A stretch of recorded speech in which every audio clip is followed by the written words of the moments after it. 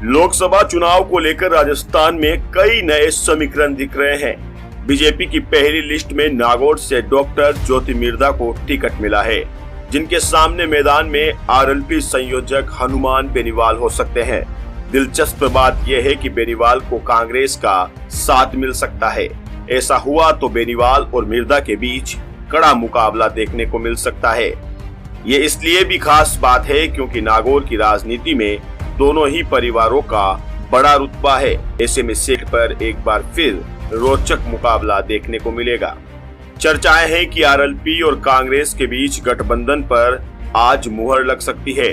ऐसा हुआ तो कांग्रेस और आरएलपी के साझा उम्मीदवार के तौर पर खुद हनुमान बेनीवाल नागौर से चुनाव लड़ेंगे।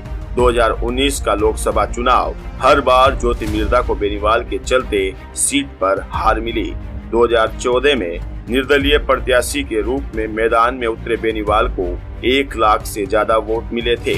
इसके चलते बीजेपी के सीआर चौधरी लोकसभा सांसद चुने गए, जबकि साल 2019 में हुए लोकसभा चुनाव में हनुमान बेनीवाल ने बीजेपी के साथ गठबंधन करके ज्योति मिर्धा को 1,81,000 वोटों से शिकस्त दी थी। इससे पहले 2014 के चुनाव में हनुमान बेनीवाल ने निर्दलीय ताल ठोकी थी, जिसके चलते बेनीवाल के साथ ही ज्योति मिर्धा भी चुनाव हार गई थी। अब कहानी पूरी तरह से बदल गई है। बेनीवाल एनडीए गठबंधन से बाहर है और अब ज्योति मिर्धा बीजेपी की सदस्य है। जाहिर तौर पर बेनीवाल के दूर होने के बाद बीजेपी नागौर में मिर्धा के भरोसे भरपाई करेगी। हालांकि 2023 के विधानसभा चुनाव में बेनीवाल को हार का स्वाद चखाने के लिए मिर्धा ने भी रणनीति बनाई थी। उन्होंने बीजेपी ज्वाइन करने के बाद खीमसर विधानसभा क्षेत्र के 40 सरपंचों को आरएलपी पार्टी से तोड़कर बीजेपी पार्टी में शामिल कर लिया था। इस दौरान खीमसर में हनुमान बेनीवाल के करीबी कहे जाने वाले रेवंत राम डांगा को बीजेपी ने टिकट भी दिया, लेकिन बेनीवाल का रथ रोक पाने में मिर्धा नाकाम रही। आपको बता दें कि दोनों के बीच तीखी बयानबाजी भी देखने को मिल चुकी है।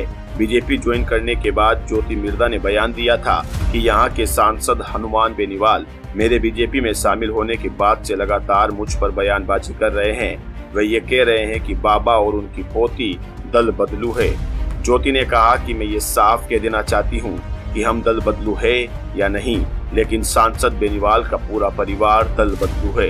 उन्होंने सांसद के पिता स्वर्गीय रामदेव चौधरी का नाम भी लिया था।